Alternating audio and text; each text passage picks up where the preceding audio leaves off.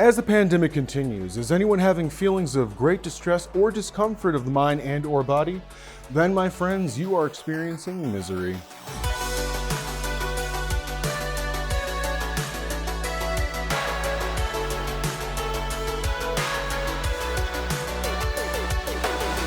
Hello everyone and welcome back to another episode of Castle Classic Movies. I'm your host, Chris Castillo. With quarantine still in effect and restaurants not back to what they used to be, I hope that everyone was still able to enjoy their Valentine's Day. Which got me thinking, spending every waking minute of every day locked away with our loved ones for close to a year must have most of us experiencing some of the same feelings.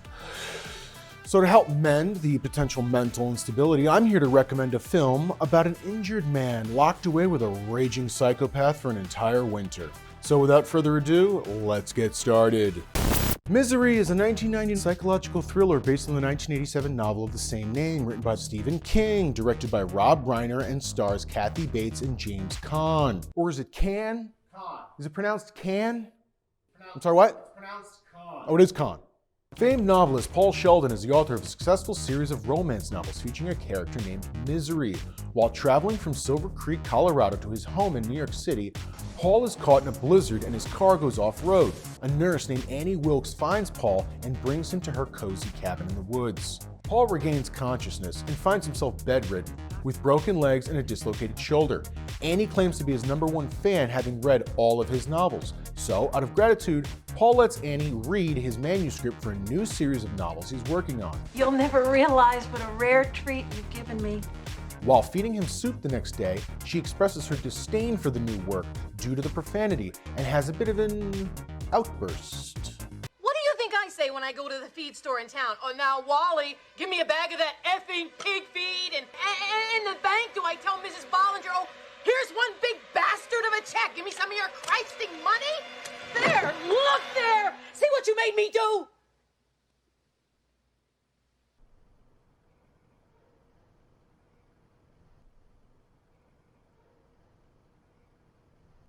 This bitch is crazy. The next day, Annie picks up the latest copy of Misery, and boy is she one fast reader, because that night she discovers that Misery dies at the end of the book, turns into Kanye West, and goes apeshit on Paul. You did it. You murdered my Misery. You one crazy ass bitch! When he is well enough to get out of bed, she insists he writes a new novel titled Misery's Return, in which he brings the character back to life. You crazy bitch.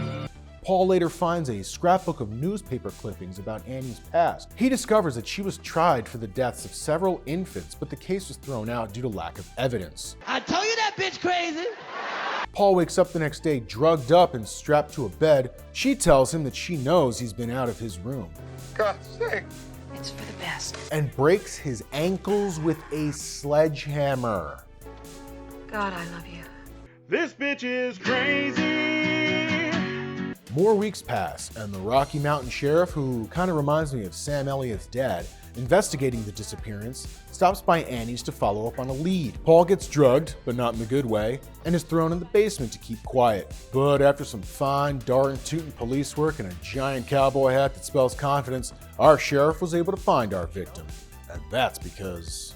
when you're set in your ways, you stay true to yourself. And gets blasted in the back with a shotgun. Believing their time has come to an end, Annie tells Paul that it's time that they bite the dust by way of revolver. He agrees, but convinces her he needs to finish the book first, hides a can of lighter fluid up his ass, and bides his time. Hi, Pumpkin. Such a kidder. When the manuscript is done, Paul asks for a bottle of champagne to celebrate. Dom Perignon. When Annie returns, the manuscript's been set on fire. She dives for the script, so Paul hits her in the head with a typewriter, then stuffs her mouth with burnt paper. Yeah! He crawls out of the room, but this bitch just won't die. All out of typewriters, Paul grabs a doorstop and bashes her in the face, finally killing her. And that bitch went crazy. 18 months have passed, Paul's now walking with a cane and life's back to normal. He meets with his agent again to discuss his future, and just before ordering dessert, his waitress tells him, I'm your #1 fan. That's very sweet of you. "What'd you think of this flick? Let me know in the comment section down below. If you'd like to check out this flick, you can find it on Hulu or HBO Max, or you can rent it on Amazon Prime, iTunes, or right here on YouTube. Well, folks, that wraps it up for another episode, so don't forget to like and subscribe for more updates. And as always, you stay safe, stay classy, and for God's sakes, always please your woman.